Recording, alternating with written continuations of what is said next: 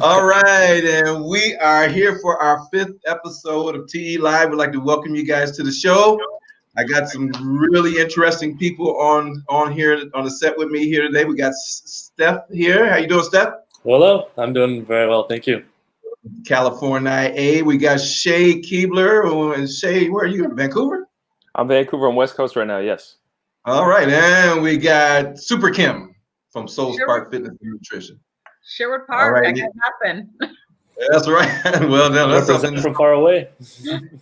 So you guys, with all these healthy people, you guessed it, we're going to be talking about how they started and where they are. Okay, so but you know what? Why don't we start all the way as southwest corner of the world right now with Steph and Shay and Kim. We're going to talk to you guys in just a couple minutes. But if I can get Steph, you and I can have a little chat, that'll be good. We'll see you guys in a few. So Steph, yeah, you're in California, and I don't know why you got the toque on, but we'll just go with it, man. Yeah, no, the toque is basically just my monstrosity of a hair. We're down here in California. We're still under quarantine with all this mess going on, and I'd rather just save you guys the trouble of seeing what I have under here, so I just threw on a toque. Oh yeah, and you know what? The whole Corona thing is you guys are experiencing a little bit more than we are here. Yeah. Sorry, it's been insane.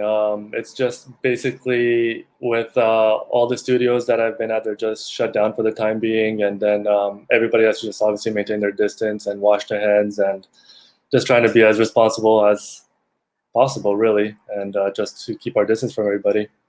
Well, I'm keeping track, but I don't think they've opened Santa Monica Pier yet.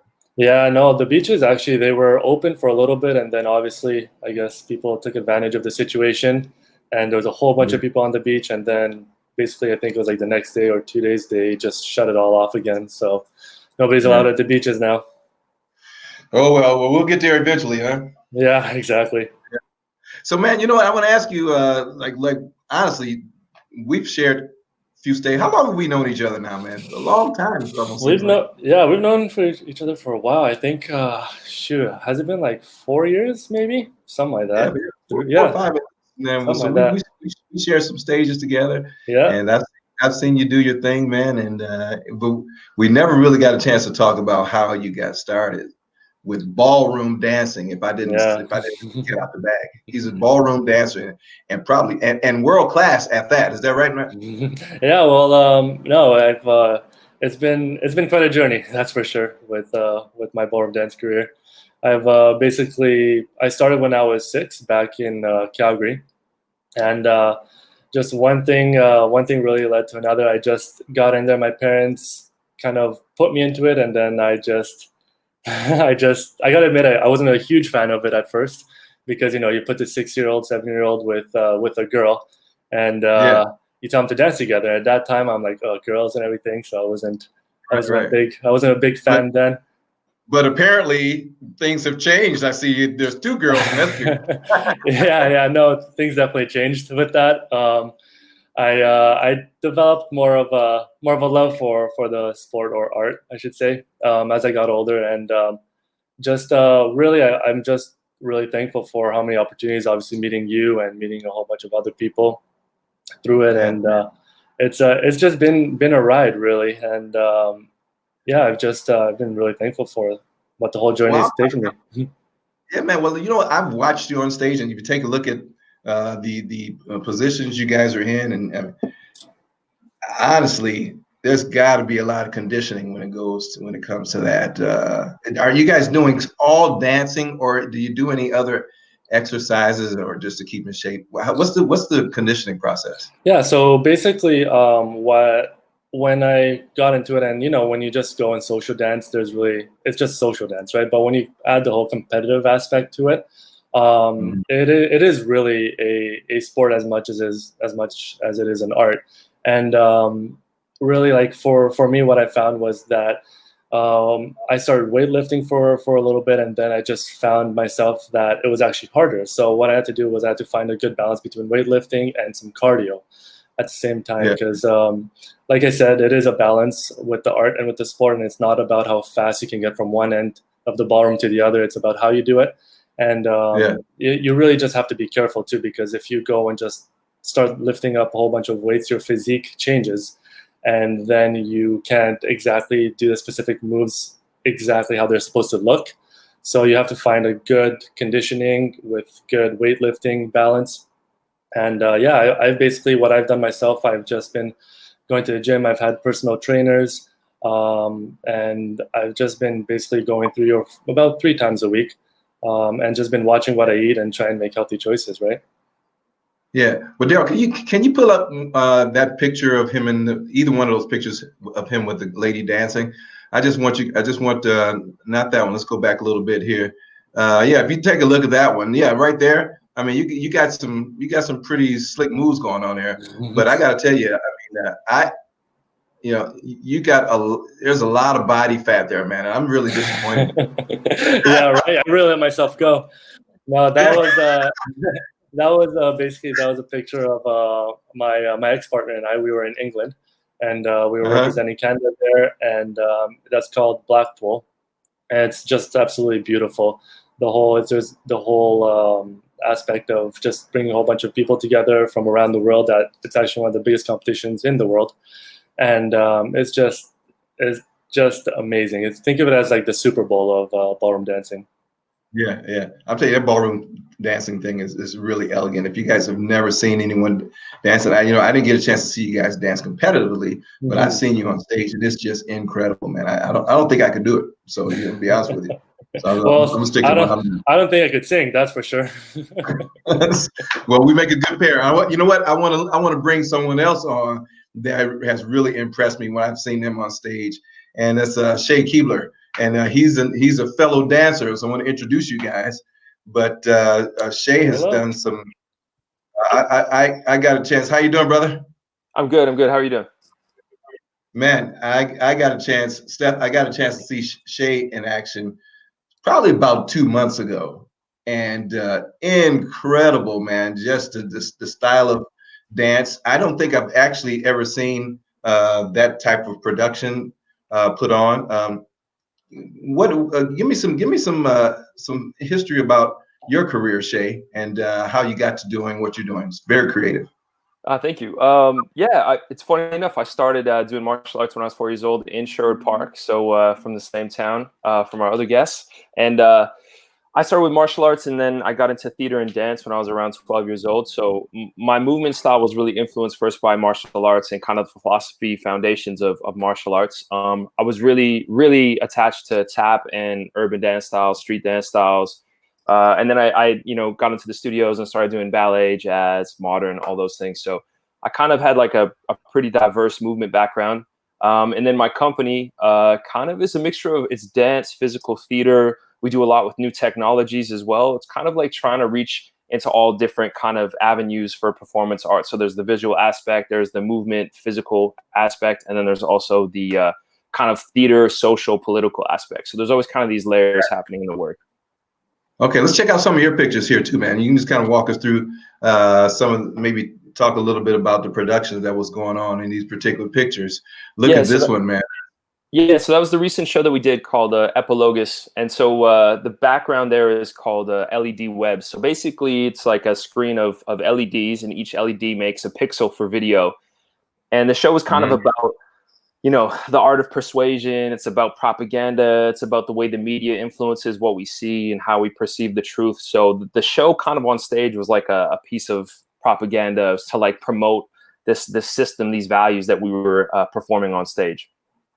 Yeah. Okay. Cool. And here's another one I just thought was an incredible picture. Now, you know what? I gotta ask you, man. Like, did they actually catch you guys in flight when you're doing that, or are you laying down on a piece of tapestry, or how'd you guys take that picture? Those photo series are pretty funny. If you see them in real time, it's kind of brutal. We focus really on what the image is up in the air, and then you just hear this like massive impact on the ground afterwards. So we we've done those a number of times. It's with a photographer. His name is David Cooper. He's like one of the best dance photographers out there. He's an amazing photographer. And we built a rapport. I've worked with him probably 4 or 5 different times. And yeah, it's all about timing. He's got an amazing eye for capturing kind of the ultimate moment of an action. You know, he's not really looking for how high you are off the ground. He's looking for like where things are extending and where the intention is kind of the most fulfilled. So he's a really talented guy. Yeah, that's cool. And here's some. And let me say, are you dancing there, or are you doing martial arts? I'm dancing there. I actually, that's a piece that we did a little excerpt. It's a friend of mine named Danny Nielsen. He's an amazing tap dancer, like one of the best tap dancers by far that I know. And we did a piece together called Telemetry. Telemetry is the art of basically measuring with sound. And I loved how telemetry to me is exactly what the body does with music. You know, it moves. We can create sound out of the body. So that piece is kind of a mixture of like house and footwork that relates to jazz and swing a little bit. So I'm always kind of bringing in different little instigations for movement and dance and in each piece. So. Right. And just to both of you gentlemen, by us being isolated right now, is there anything that we can incorporate at home to keep ourselves, kind of fit based on with some of the things that you guys do? Yeah, you guys got any tips for it? Well, I know that, for example, with me, some of my students and other people have been asking just about online stuff, and just going through and Zoom and all these other type of platforms that you can use to just teach online, and honestly, kind of how everything's going about and how long everything's taking. It looks like this is just the best way to go about it. Anything online, and you can it is a little bit more challenging. Obviously, it's not as physical. But it's definitely still something that you could use to always keep yourself moving and always kind of try and keep yourself as motivated as possible. Yeah. How about you? Yeah, I mean, for me, with the art form, I'm actually working with my company a little bit here and there. We're doing like a couple hours of research, as much as you can, really online, just here and there. So we're using Zoom. I wish I would have known. I would have got some stock in Zoom, because they just like literally exploded. Just boomed up. Yeah, they zoomed up. Yeah. But when it comes down to my physical practice, I do a lot of stuff with my body weight, just because, what I do is moving my body around, and coming from like the martial arts philosophy, I want to have conditioning, but I want to have strength that's functional. I want to have mobility, and I want to have speed. So you can do so much with your body weight. And there's so many, workouts and exercises you can find online. Body weight is really the most functional. They call it calisthenics, I guess, but it's the most functional, really, because you're using your body, which you carry around with you all the time. And it is interesting, man. I don't know how long we're going to be here. I don't know how long it'll be until we get back into theaters, because I know that's a big point of how a lot of us make a living. But we may start to make like little miniature live performances online. We may make mini dance films. Who knows? I think we just try to keep ourselves grounded. Yeah. You know what? I think the three of us could come up with something very artistic, and maybe we could talk about that later. But I tell you what, I got a real professional when it comes to keeping fit, and her name is Kim Fiddes, and she's going to join us here. And Kim is from Soul Spark Fitness and Nutrition, and we're saving the best for last. Hey, Kim. Hey.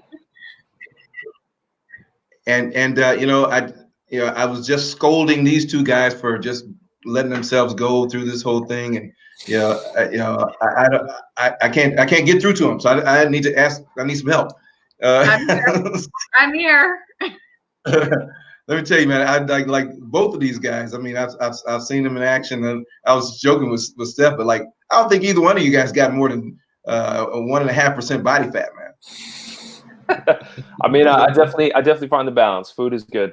Yeah, right. I just put away the donuts right now, just because I knew who was on the show. So, but for people, regular guys like me, can you help me? Oh, absolutely. Never too old. Never too old. Never too old. Yeah. So what type of advice can you give us as we're sitting in isolation, and we're getting out a little bit now, but I think most of us may have the potential of picking on some bad habits. Yeah, it's tough, because I mean, even for me, when I came back, or when I came home, I can typically easily get 10,000 steps in just through the day. And being in isolation, I was down to 1,500. So it certainly is something that is real and tough. And especially if your headspace is, you're having a tough time with just being in the house. You're right, Steph, when you said there's lots of information out there on Zoom and different websites. I do workouts from home and post them for participants to just come on in and enjoy and get the body moving. But now that the weather's nice, I'm hoping that we'll see lots of people outside getting some vitamin D. And it could just simply be a walk, just something, anything. Right. Yeah. I see different types of fitness trainers. What type of fitness training do you lean more towards, Kim, and why?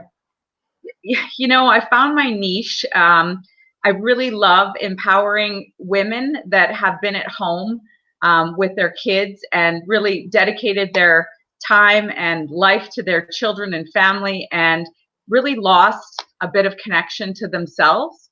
So I found a real connection to those women where we look at movement, we look at nutrition, and more importantly, it's the coaching where I've really embraced trying to just find out what makes them tick and to get them motivated intrinsically, rather than just, I'm on a diet for 2 weeks, hope I lose the 10 pounds, go back to regular eating, gain that weight again, but really dive into some of the whys. Okay. All right. Good. And I saw some pictures of you, and I think we got a couple, because I know you're not just a trainer, but you also get out and you enjoy life a little bit. And holy smokes, where are you right there? I think this is at the top of Grotto Mountain in Canmore. We've been fortunate enough to go out to Canmore on the weekends. And honestly, if we've seen 3 people on the trails, it's been a great opportunity for us to explore the outdoors with keeping ourselves socially distant for sure. And on any given day in the mountains, like I said, if we were lucky to see 3 or 4 people, that was it. Yeah. I was talking with a group of young women hockey players, and we were talking specifically about nutrition and performance. So as both of you dancers know, if your hydration's not right, if you've treated your body like crap on the weekend and you need to perform on a Monday, it's just not working. So there's lots to be said for looking at the whole picture. And it's not just a matter of moving the body, but now we talk about getting in the proper nutrition, making sure you've got enough protein for your workouts and your training. So this was me just trying to help a great group of athletes. Okay, so Kim, how can we get in touch with you? You can find me. Yeah, absolutely. You can find me at Soul Spark Fitness and Nutrition, or fitness.com. I have I'm online doing nutrition and training and life coaching. So if you're looking to make some changes and want to go from the inside out, I'd love to give you a hand. All right, that's awesome. All right, thank you guys. Thank you. I want to ask each one of you to at least give me one tip to make sure I stay fit for the next 6 months, because I don't know how long. If you guys can give me one tip each, and we're going to move on. But Kim, what would you say? Okay, just don't forget your protein. Breakfast, lunch, and dinner. Make sure you get your protein in, at least 2 palmfuls. That will help. Okay, all right. Shay? Man, I think the health up here, if you can motivate yourself to do something active each day, just do something. Go for a walk, maybe just do some jump squats for a second, do a push-up, I don't know. But mentally check in and I don't know, kind of give yourself that will every day, a little bit of will, a little bit of go. All right, thanks. How about you, Steph? Yeah, I'd probably just say just drink lots of water, and just making sure that, however tempting, soda or pop may be, just try and replace that with some water, because just keeping yourself hydrated, and if you keep yourself hydrated, then you'll be hopefully a little bit more motivated to do whatever you're willing to do that day. All right, wise tips from a wise panel. I'd like to thank you guys for that. And now I want to see how wise you are with a little trivia. Oh boy. Because guys, it's game time. That's right. Let's do it. You look like you're ready. Oh, I'm ready, man. And with that, I'm gonna ask our intern Olivia to come on, and Olivia is gonna give you a little bit of instruction on how to play the game. What's up, Liv? Hey Terrell, how's it going? Going good. These guys are anxious to play, so let her rip. Okay, here we go. Terrell is gonna ask you guys dance-based questions. You have to be the first to buzz in with your noisemaker in order to answer the question. If your answer is correct, you win the points. But if it's incorrect, the second person to buzz in has a chance of stealing the points if their answer is correct. Dang. All right, you guys That's got pretty it? much the gist Do of it. it, yeah. I like how I have to compete against like a professional, but I'm gonna do it. Now, you know what? If you guys may have seen this show, but we have the infamous Wheel sharing the stage with us, and we're going to ask Olivia to see you later. All right, bye guys. Good luck. Bye, Olivia. Thank you. Thank you. And there we are. And you know what? Kim, I have to tell you, I am aware that you may be a little in a disadvantage here. So if you guys, I'm going to give Kim 100 points off the top here as a handicap. Okay, all right. This is a fun game. We have fun every single time, and we got some great prizes for you. But we're going to start, like Olivia said, it's a dance-related questions. Okay. And we're going to start by spinning the wheel and see how much our first question is worth. The wheel is spinning. What happens if we lose a turn? Do you lose a turn? Well, you know what? It's never happened, so yes, it's probably going to happen now. Somebody else becomes the host. Yeah, right? Yeah. Okay, so here we are, guys. The first question is for 250 points. It's a multiple choice. If you know the answer before I finish, go right ahead. Okay. This type of dance, you wear mostly black or tan shoes with metal plates attached to the bottom. Common steps include flaps. Is somebody in? Yeah, I hit it already. I don't know.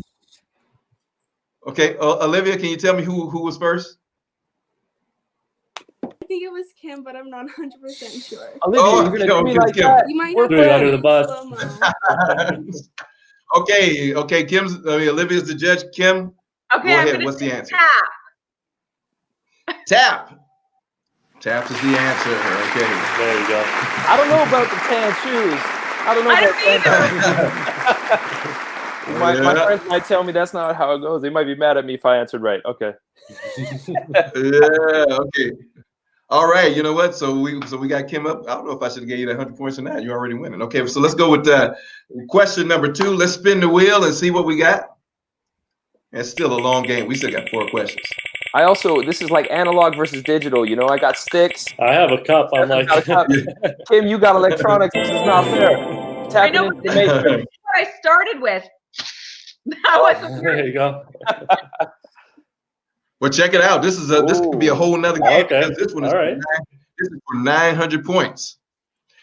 For 900 points. And the question is this. This type of dance was founded in 2005 in the 2005 documentary Rise by Christopher Lil C. Toller. I'm like, Go ahead, Shay. Who was it? Crumping and crump. Holy smokes. How did you know that?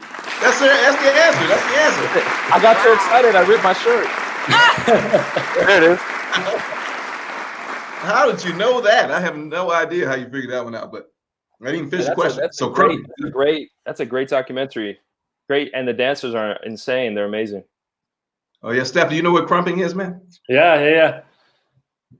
Oh, yeah. I don't have the core strength for that, unfortunately. Oh yeah. I thought crumping was like some type of cereal or something. All right, so All right, so here, let's go. Let's spin the wheel for question number 3 because this third question is a double bonus round. Ooh.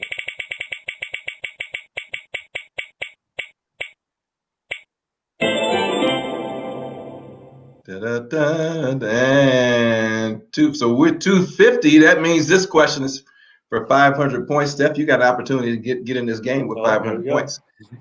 Answer this question. So this is question number 3. The dance began in the later part of the 15th century, most popular in Europe. The attire includes leotards and tights. I might even have a chance to get on that one. Who's that? That was Shay, I think. I don't hear you. Shay, was that you? Did you actually do something? Yeah, I hit my 6. Yay, I hit my 6. Okay, go ahead. It's okay, the ballet. Gotta bring the ballet, and that is correct. There you go. Ballet. I got The sticks are working. All right. They're working. I feel them. All right, Steph, you're Not I'm falling behind here now. All hope is not lost. Kim, you're right in there. Don't worry. Okay. Question number 4. Let's spin the wheel first of all.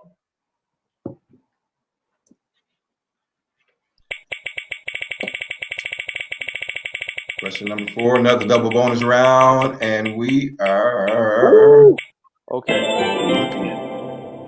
Oh, double bonus round, and look at this, still anybody's game because this one is for 4,000 points.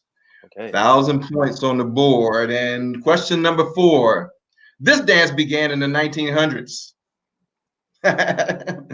All right, and some of them, the Macarena, swamp dance, and the chicken dance. Now, I'm giving you multiple choice. Is it hustling, electric slide, the hokey pokey, or line dancing? So they started in the 19th century? 1900s. 1900s. Yeah. Oh, what were the options again? I'm sorry. I thought it was 19th century. I was like, what? I don't know. I'm sorry, Shay. I cannot answer. I can't answer the question. Well, So okay. I'm just gonna give it a go. Macarena. No, that is incorrect. I'm sorry. Go ahead, Kim. Line dancing. Line dancing. You are correct. I'm ashamed. That's the oldest.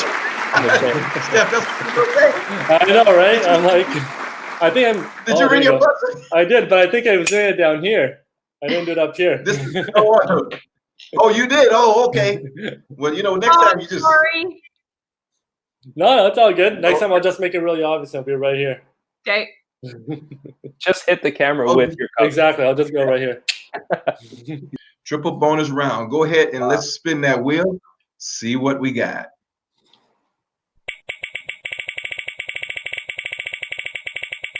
My lead doesn't look so good. Come on. Whoa! Whoa! Triple bonus round. Shay's got 14, 13, 50. And this triple bonus round could be anybody's game. Here we go. This dance came to be in the 1950s. Cuba, with several other variations, Los Angeles, Colombian, and New York. What type of dance is this? I knew you were going to kill that one. That is your category. Just wait. Watch me just bomb it. Salsa. Good. Salsa is correct.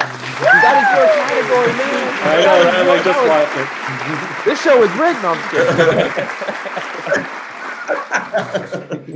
Yeah. Well, look at that, man. This is actually the closest game we've ever had. Closest game we've ever had. I'd like to thank you guys for joining us. Steph, I don't know how you did it, but you pulled it out at the end. Oh, yeah, right. For your prize, we're gonna send you a lifetime supply of antiseptic. There you go. Antiseptic gel. Yep. Love it. We're gonna get this. We're gonna get this shipped off to you right away, and for you guys, we didn't forget you. We got a consolation prize. Lysol and travel case there. Oh, perfect. Like That's the, more hey, you than know what? gold. I'm gonna take your tips home with you. I mean, home with me to make sure I stay in shape. Thank you guys for a great time, and we'll see you next time. Thank you. Thank you. All right, take it